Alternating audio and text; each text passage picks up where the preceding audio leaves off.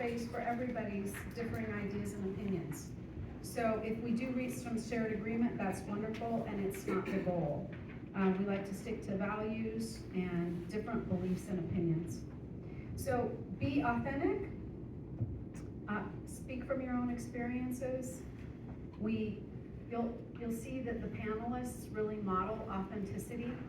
We like to have fun, so we bring our sense of humor.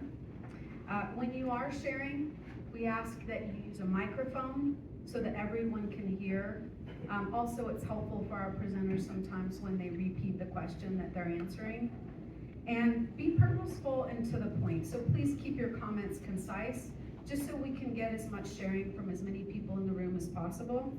And then we take it, the responsibility as a shared responsibility for the conversation and making sure that there's quality participation and being proactive in terms of getting ourselves on track if we need to. So, thank you again for being here. I'm gonna have the panelists introduce themselves, and then we're gonna go over some terms, just so we have a shared kind of language. And we'll go right into questions, comments, conversation. We'll spend about 70 minutes there. At the end of that, we will wrap up, and each panelist will kind of give a final thought, and then we'll hang around for a few minutes afterwards if you want to make contact or extend a conversation on a personal level. So thank you so much again for being here. I'm going to introduce just their names, but we have Mike Smith, John Brackney. I didn't forget John. You're unforgettable, dear. Joan Wren, and Representative Javier Mabry, who came all the way from the Capitol today. So I'll have them introduce themselves and we'll just jump right in. Thank you again. Sorry, I got a little tangled. That's okay. Good evening, everyone. My name is Micah Smith. I am an anchor for Denver 7. I anchor our 4 p.m. and usually our 5 p.m. newscast. I also do a lot of reporting as a journalist. My beat is social equity. So I try to focus my storytelling on underserved communities, and that's in any capacity, and that beat covers a lot. So anywhere from low-income families to the cannabis industry, that falls under my beat. I've been in Colorado. December makes 6 years. I'm originally from the Midwest. I'm from St. Louis. But I've worked all over the country, in the South and the Midwest, and this journalism journey kind of takes you everywhere. So I'm also a Mizzou, Colorado. Colorado's the best place so far. I also am a Mizzou grad. I always have to shout out Mizzou because they have a great journalism school, so that's where I got my training. But in general, I'm really excited to be here because I'm usually the one that's fully in control of a conversation. I'm the one doing the interviewing. And so I think that this will be a little bit of a challenge for me, but in a very good way. So excited to be with you tonight.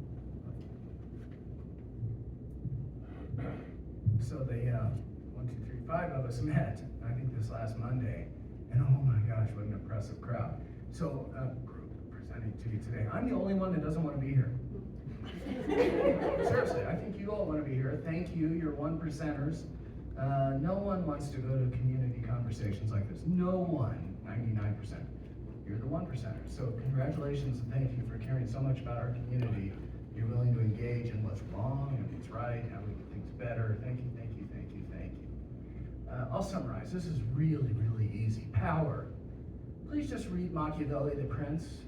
It's all in there. It's a little novella. It's short. It is so clear. It's so universal. Please read Machiavelli, The Prince, if you want to understand power. If you want to understand love, think Antoine de Saint-Exupéry, The Little Prince. It is a beautiful little, shorter novella. It is so wonderful on what love really should be about. What's more important than a little prince and a sheep, and whether it's alive or not. I'm telling you, please just read those 2 books and you don't need to understand power anymore. Privilege. If you want to understand a conservative perspective, cancel it. Don't use that word ever. Seriously. Well, yeah, but you're privileged, and please stop it. Use it in your own groups, in your own little cliques, in your one. Use it. I don't want you to stop it.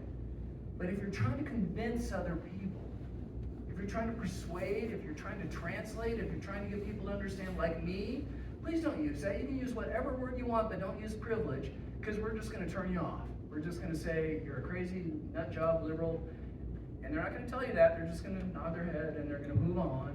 And what's my proof? 50%, actually 49.9% of the country hates that word. Please stop using it.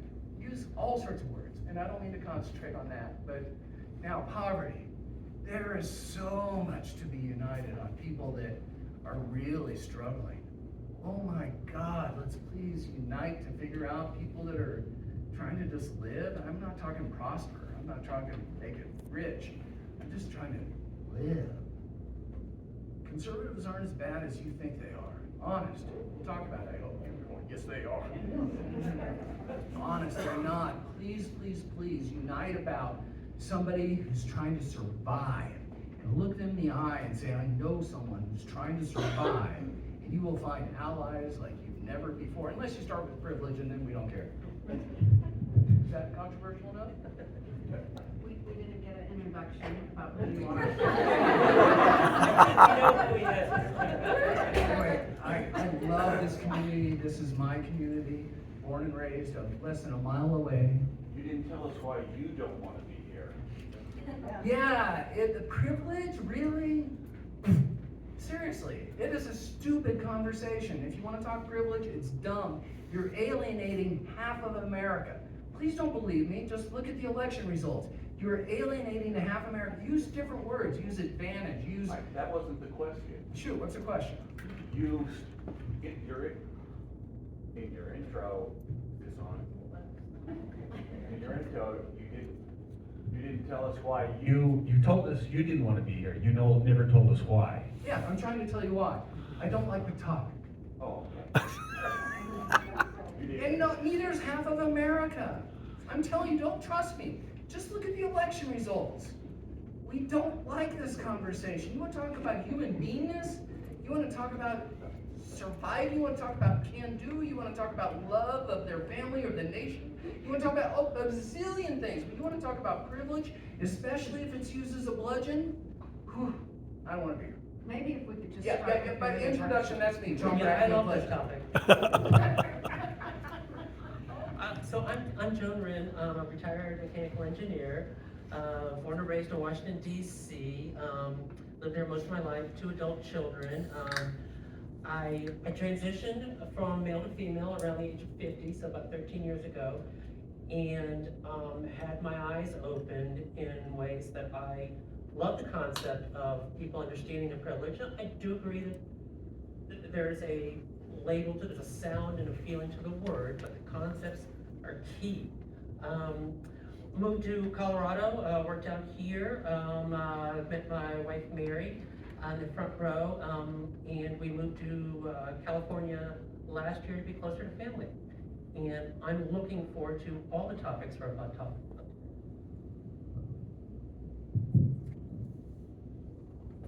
Good evening, everybody. My name is Javier Mabry. I am a state representative. I represent Southwest Denver. I am also an anti-poverty attorney. I work at a nonprofit that I helped found where we represent renters who are facing eviction and homelessness. We also represent people who are homeless trying to find new housing. And the reason why I do that work is because I was homeless as a teenager. I grew up in Southwest Denver. I was raised by a single mom whose only source of income was her Social Security disability check. And we were really poor. I remember relying on food banks, having our water cut off, having our power cut off. We really struggled to get by. We moved around a ton when I was a kid, and like I said, when I was a teenager, we were evicted. I was homeless. We lived out of the back of my mom's 1999 Chevy Suburban with my mom, my brother, and our 2 dogs, and relocated to Norman, Oklahoma, which is where my mom is from originally. And I dropped out of high school in the 10th grade, and then shortly after that, I got sick of making $6.25 an hour, and I got my GED, went back to school, worked as a pizza delivery driver, a janitor, a cook, you name it, and then graduated from CU Boulder, and then went to University of California, Berkeley School of Law, where all 3 years I did renters' rights work representing people like my mom, and then came back to Colorado in 2019 and helped start one of the biggest anti-poverty nonprofits here in the state. And then I ran for office because we were losing in court too much. Colorado's landlord tenant law was worse for renters than Texas's and Oklahoma's. And I decided to run for office to change that. And in the State House, I work on, of course, housing and renters' rights, but I mostly focus on anti-poverty work. So taking on debt collectors for predatory practices, strengthening consumer protections, fighting for our unions, making it easier to form a union here in the state of Colorado, reducing the cost of prescription drugs. These are the sorts of things that I work on. I hyper-focus my work on people who are struggling to get by, and I still work as a renters' rights attorney when we're not in session. And I believe that that deeply informs my work because I am seeing every day people who are working more than one job and can't afford to live in our communities. And I'm excited to be here today. Representative Mabry, if you don't start with the definition, if you don't mind starting with the definition of poverty, just so we're kind of all on the same page, and I don't know if that varies by state. Does Colorado have a specific kind of poverty rate? So I think that we should define poverty in the wealthiest nation on earth as the ability of people to feed themselves, have access to housing, and healthcare. I mean, I believe deeply that housing and healthcare are basic human rights. And if people cannot afford to stably keep food on the table, stably keep a roof over their head, and access the healthcare that they need without that bankrupting them, I think that they are in poverty regardless of what macroeconomic metrics the current administration wants to use. Thank you, appreciate that. And Joan, would you mind describing or giving the definition for privilege? So earlier, there was conversation about, the use of word privilege and used as a bludgeon. But I mean, the privilege has it's had an evolving definition for me. Me looking up just in the dictionary, can be an honor. It was based off a Latin word for private law. But I think the way we want it to be used here, in this topic here, it is about an advantage. And when we talk about privilege, of course, the reason that it can come off so poorly is because people associate with different meanings they've got. All we mean is that you've got an advantage that you didn't necessarily earn. Being born white is a privilege in a community that is majority white. And I think you have the privilege power wheel in front of you, and even if you hadn't have thought about where you lied in it, looking at it sometimes can really open your eyes. I know personally for myself, I was in the power position all the way around until I transitioned. And I personally know people that have transitioned from male to female, had all the rest of that power, and have lost everything. Their job, their house, their family, their kids, their mental health, their physical health. And so it isn't just one little slice out of that pie. That one little slice out of the pie can ripple all the way around. So anyway, that's why I think it's such an important topic. And not to be afraid of using the word, but never call someone privileged. I agree with that. Did you finish on power, or would you like to revisit that as a definition? But Machiavellian? I beg you to fight power. Understand? No.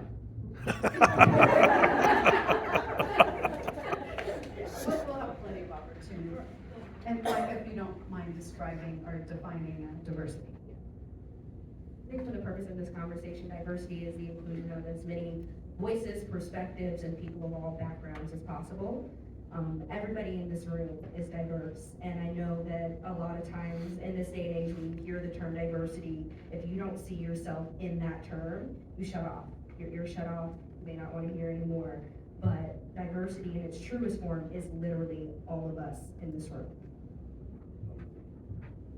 I'm gonna go ahead and open it up to the audience. I mean, obviously you came tonight because there was something about the topic that interests you. So if you've got a question or something that you'd like to share on the topic, we've got Ashley and Holly, one on each side with microphones. If you'll just kind of raise your hand, they'll hand you a microphone. And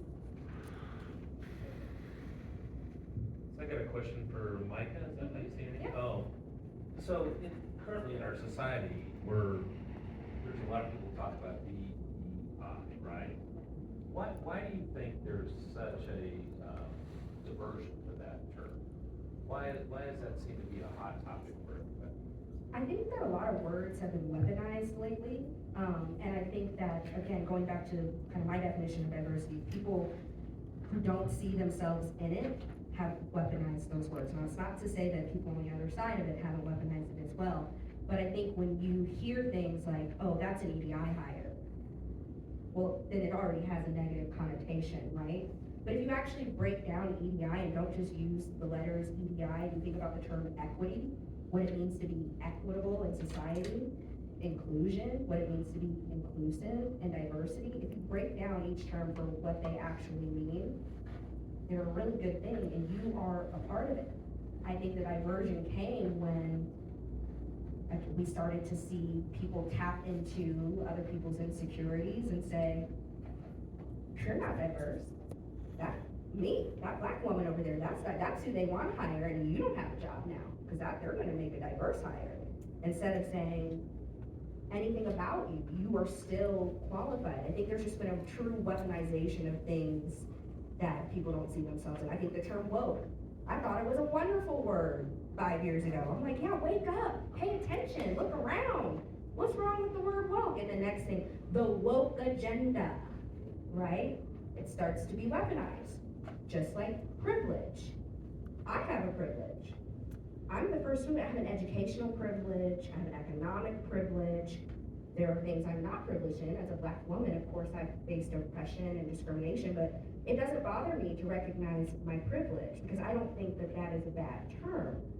But if I say to you, hey, you're privileged, you don't see yourself in that, you think, well, I pulled myself up by my bootstraps. I'm not privileged. Again, it's the weaponization of a term. I think, and maybe I should pause here, I think we have to kind of bring that down, get rid of the weaponization of words, and just listen to the word for what it is.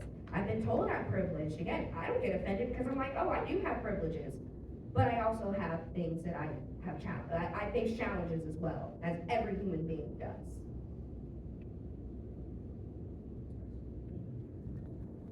How do we bring down? Hang on. How do we bring down the level of anger when weaponizing those words? That's tough, because I think we're in such a polarized society right now, but I think just a willingness to have the conversation, and I'll say as a journalist, sometimes when I'm doing an interview, I'll say, hey, I'm noticing you're kind of getting upset. Can you talk to me about where that's coming from?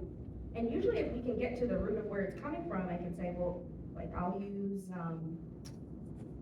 diversity, for example. If I say, hey, you're included in diversity, like this is what it means. Well, that's not what the left means. Well, you can't paint everybody with a blanket brush. You're talking to me right now. And in the context of our conversation, this is what I mean by diversity, and you're included.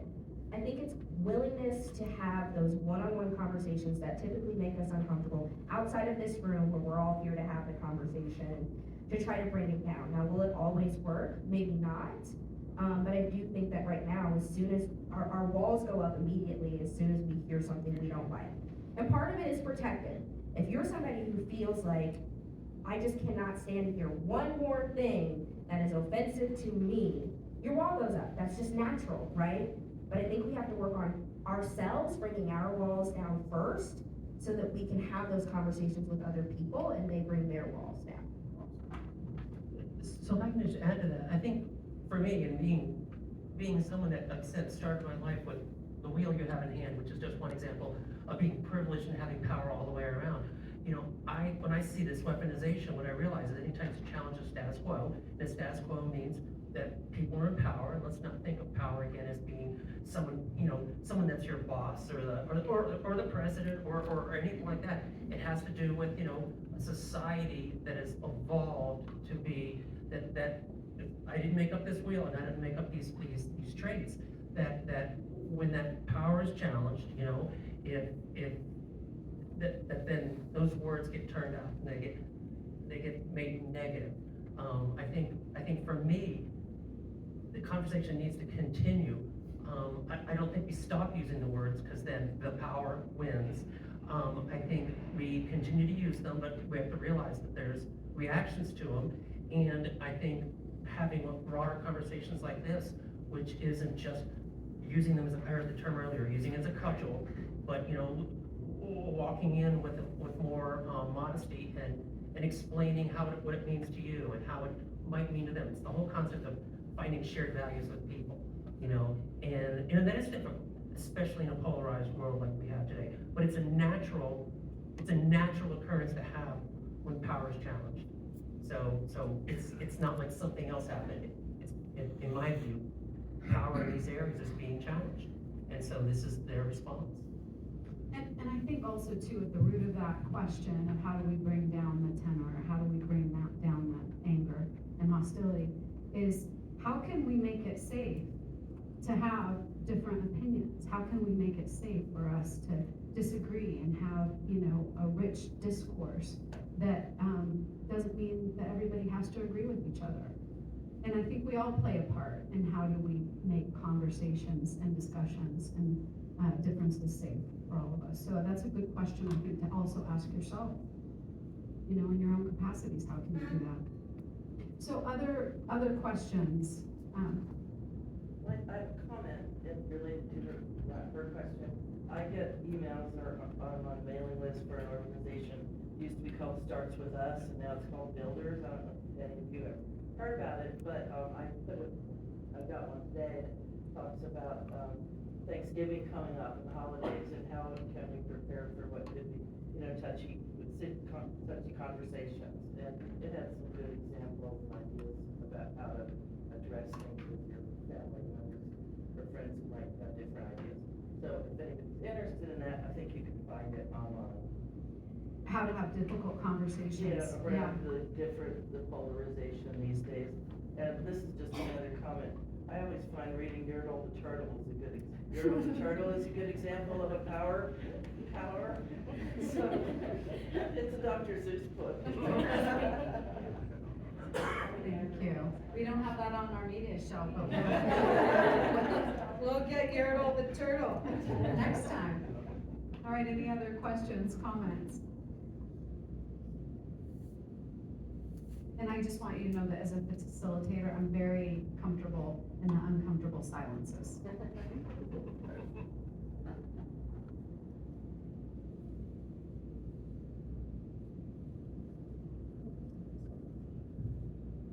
Hello, everyone. I volunteer on Monday nights with a group called Mutual Aid Monday. And I wanted to ask Javier if you could just share with us kind of the latest on the unhoused situation in Denver. I feel like I learned a lot about it from the individuals that are in that position, but also I feel like it's something that we just all need to know more about. Yeah, thank you so much for that question. So, Mayor Mike Johnson has made this his centerpiece, right? He, in his first year, he said, we're gonna get 1,000 people who are on the street right now off the street. He's done a good job. Has their approach been perfect? No. There are people who work with organizations like the people who are facilitating Mutual Aid Mondays who do have complaints about it, and I know some of the people that they've housed, actually the housing was really quite temporary, but then they counted it towards the 1,000, and that's problematic. But what I will say is the city is making progress in addressing the issue of homelessness. This is going to be a long-term problem. I mean, we have a shortage of housing. shortage of housing has caused, the price of rent to go up. That has also combined with price gouging. There has been price gouging in the rental market. You know, working people, everyday people can't afford, to rent in the city of Denver. I mean, a 2-bedroom or a 1-bedroom apartment is close to $2,000. If you have kids, you can't have a 1-bedroom apartment. So imagine my mom, when she had me and my brother, she would need at least a 2-bedroom. Those are more than $2,000. And people who are working full-time jobs making $18, $19 an hour struggle to afford that because their housing cost burden. That means they're spending more than 30% of their income on housing. People are spending 50, 60% of their income on housing. And the reason why I bring this up in the context of what Mayor Mike has done to take people off the streets, specifically what they're doing to take people off the streets is they're actually giving people a chance. They're giving them apartments, they're giving them time to get on their feet before they then transition them out into housing where once they get a job, they are paying rent. The reason why I bring up the people who are struggling is it's not like there was only 10,000 homeless individuals, unhoused individuals, and like that number is static. There are thousands, tens of thousands of people in the city of Denver who are on the brink. And until we really address the cost of housing, that problem is going to be ongoing. And I believe that it's a housing problem and a cost problem. And I said earlier that this is going to be long-term because there's not one solution. So in the state legislature, we're working to bring policies that will encourage development of new housing, pair that with affordability requirements. But how long does it take to build something, right? 2, 3 years, 4 years, 5 years? Then the existing stock of housing is already too expensive. I brought legislation that would allow municipalities to implement rent stabilization policies if they wanted to. That failed. The governor is opposed to that. I think that can be part of an all-of-the-above solution that includes building more housing. And so, in summary, we're making progress, but it's too slow. And the root of the problem is just that there's not enough housing, and as a result, the cost of housing is too high.